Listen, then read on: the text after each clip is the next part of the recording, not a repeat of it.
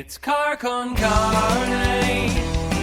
Let's eat in the car. It's car con carne. And now here's the star of our show, James Van Alstyne.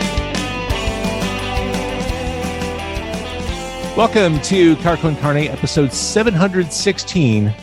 I'm James Van Alstyne. This episode rolling out on a Wednesday night. Tomorrow morning is Thursday morning, Thursday, March 24th.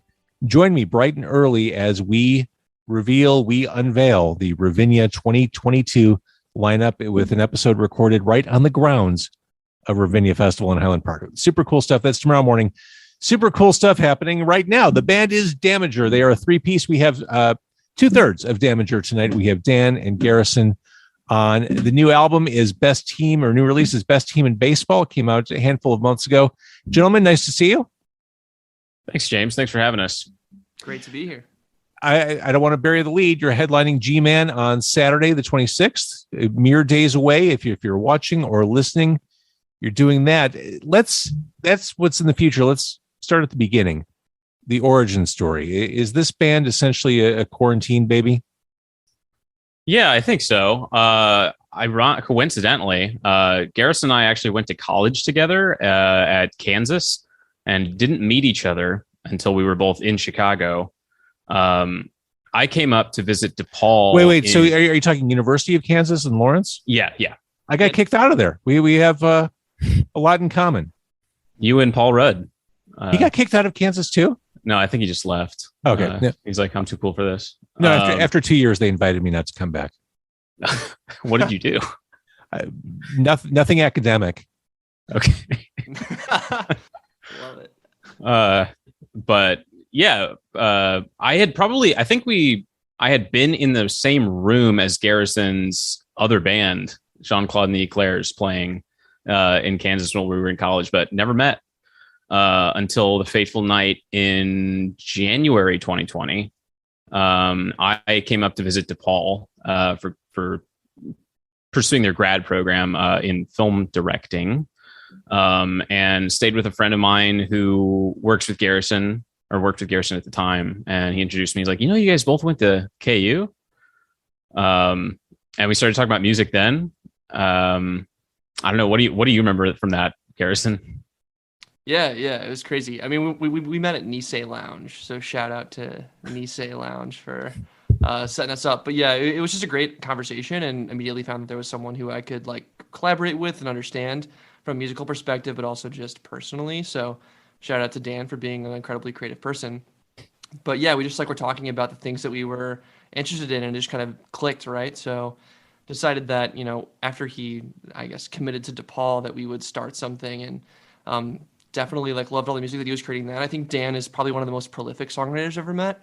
I've played in a band for a while where we have put out 10 songs, and Dan has put out at least 100 songs in the matter of years. So something really special there. Just about the amount of creative content someone can create. That's pretty amazing. Do you really write that much? I may write that much. Not all of them are good, but not all of them are deemed to be Damager material. But I have hidden projects and things that that go under the radar. So because that does sound prolific. How do you catalog this stuff as you go? Do you have a notebook in your back pocket? Are you voice noting on your phone? What are you doing? I'll just sit at this computer and just I'll start with a riff, and I'll arrange and build a song as I'm recording it. Essentially, I'm not a sort of traditional do the demo with my acoustic and I've got the whole song and then build it later. It's more oh, this is a cool riff. What's going to happen if I just keep doing this? If I keep messing with this, and I could add a synth line here, and then the synth line becomes a thing, and just kind of all tumbles out from that. Although lately writing new Damager material has been a little bit more traditional, working with Garrison and Adam White, our drummer, who couldn't be on this call, unfortunately, but these guys really inspiring me to write more stuff and giving me new ideas. So I'll be at home and it'll have a same kind of process where I'll start with maybe the riff or a progression or something and kind of write out from there. But they've been helping me like build songs in a more complete, full sense, like as a band. So things started to click at the beginning of 2020.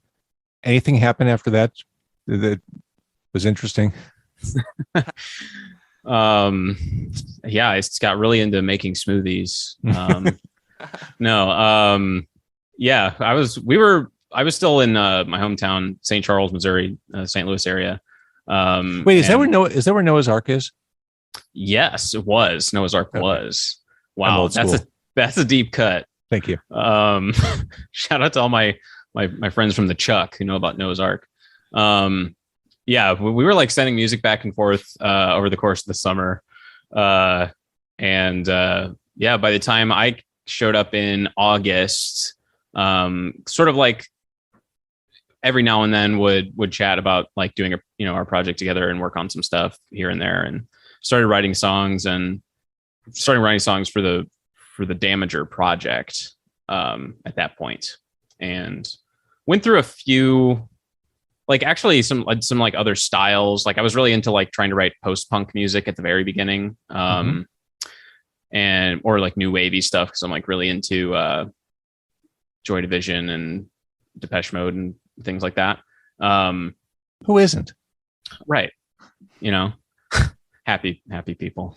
Well, you're talking to a guy who spent his Monday night at Gary Newman this week. How was that? Amazing. Love Gary. Amazing. He's going to outlive all of us. He's like 65 years old, and he acts like he's 40 years younger than that. I'm trying to steal the aesthetic from the Tubeway Army album cover, like the platinum blonde hair and all black. Fantastic. Yes, Yeah. I'm feeling it. So, all right. So you started out in that post-punk kind of vibe, or new wavy kind of vibe. Yeah. But there were a couple songs that, I think maybe between Garrison and I, there's like a major like Weezer, Green Day appreciation that kind of always seems to crop up too. Like at least 3 of the songs that were on Best Team in Baseball were actually written around the same time, which includes Liquor Song and Heaven Going. And those songs were more like up tempo rock, like, very rhythm guitar based. And so we've kind of continued more towards that direction. And also we're trying to be a 4-piece for a while, and then it was sort of got a little too hard to schedule and get a second guitarist. And then there was one day where we were practicing and just like, being a 3-piece is fun. Maybe we should just do this. Which I think Gary enjoys.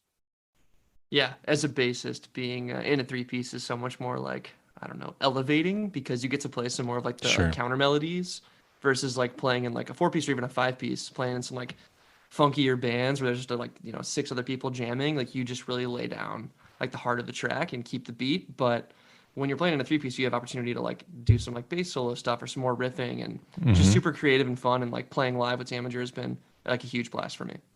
That's a great perspective.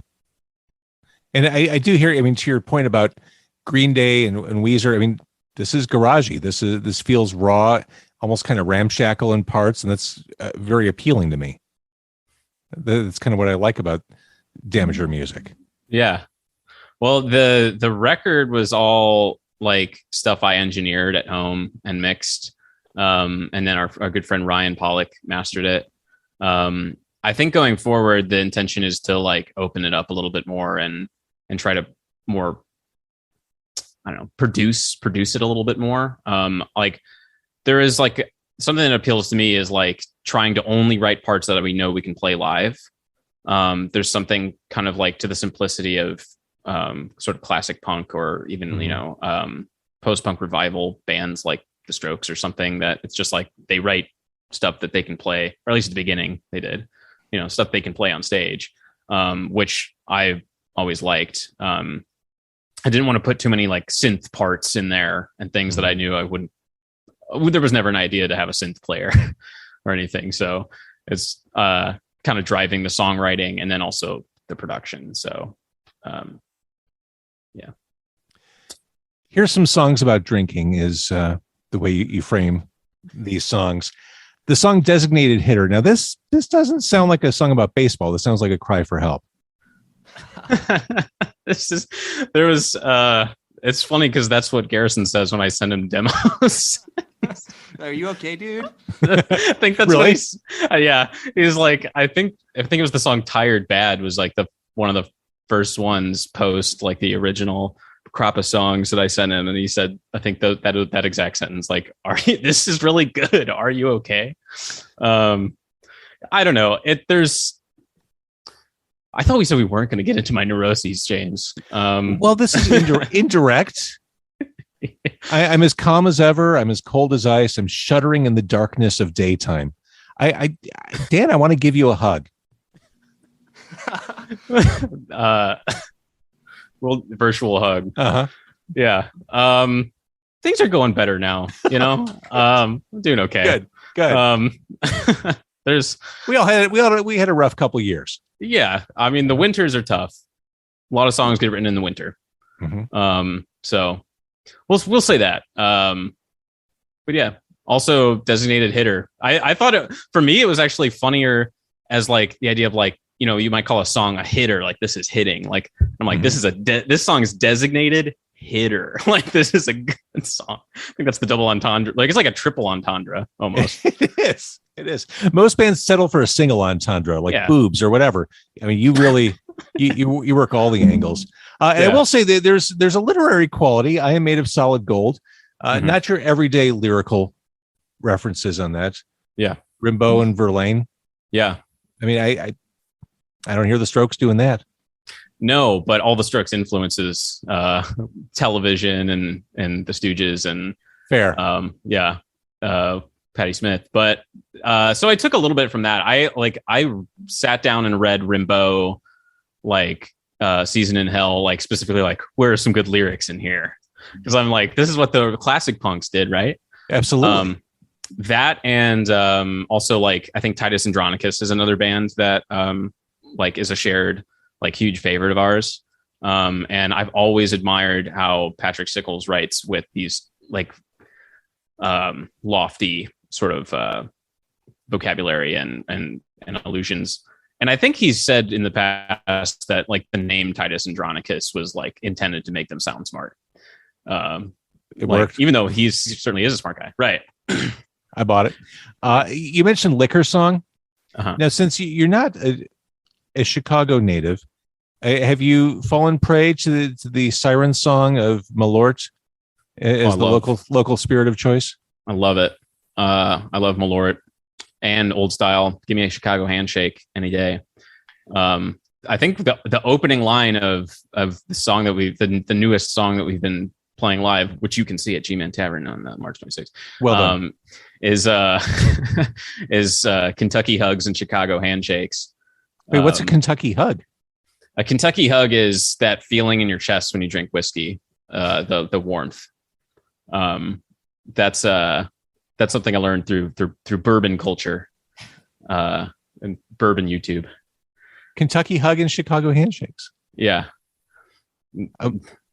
G-Man Saturday Night. Yeah, you can find both of those things at Gman Tavern. So, I mean, this is all things considered, a fairly newly minted band, but it seems like this is full speed ahead. Like, you guys are clicking. You figured out who you are and what you want to do. Yeah, I mean, I think there's a determination. I mean, Gary certainly has a lot of stage experience and is a very smart artist. And I think for me, I write a billion songs.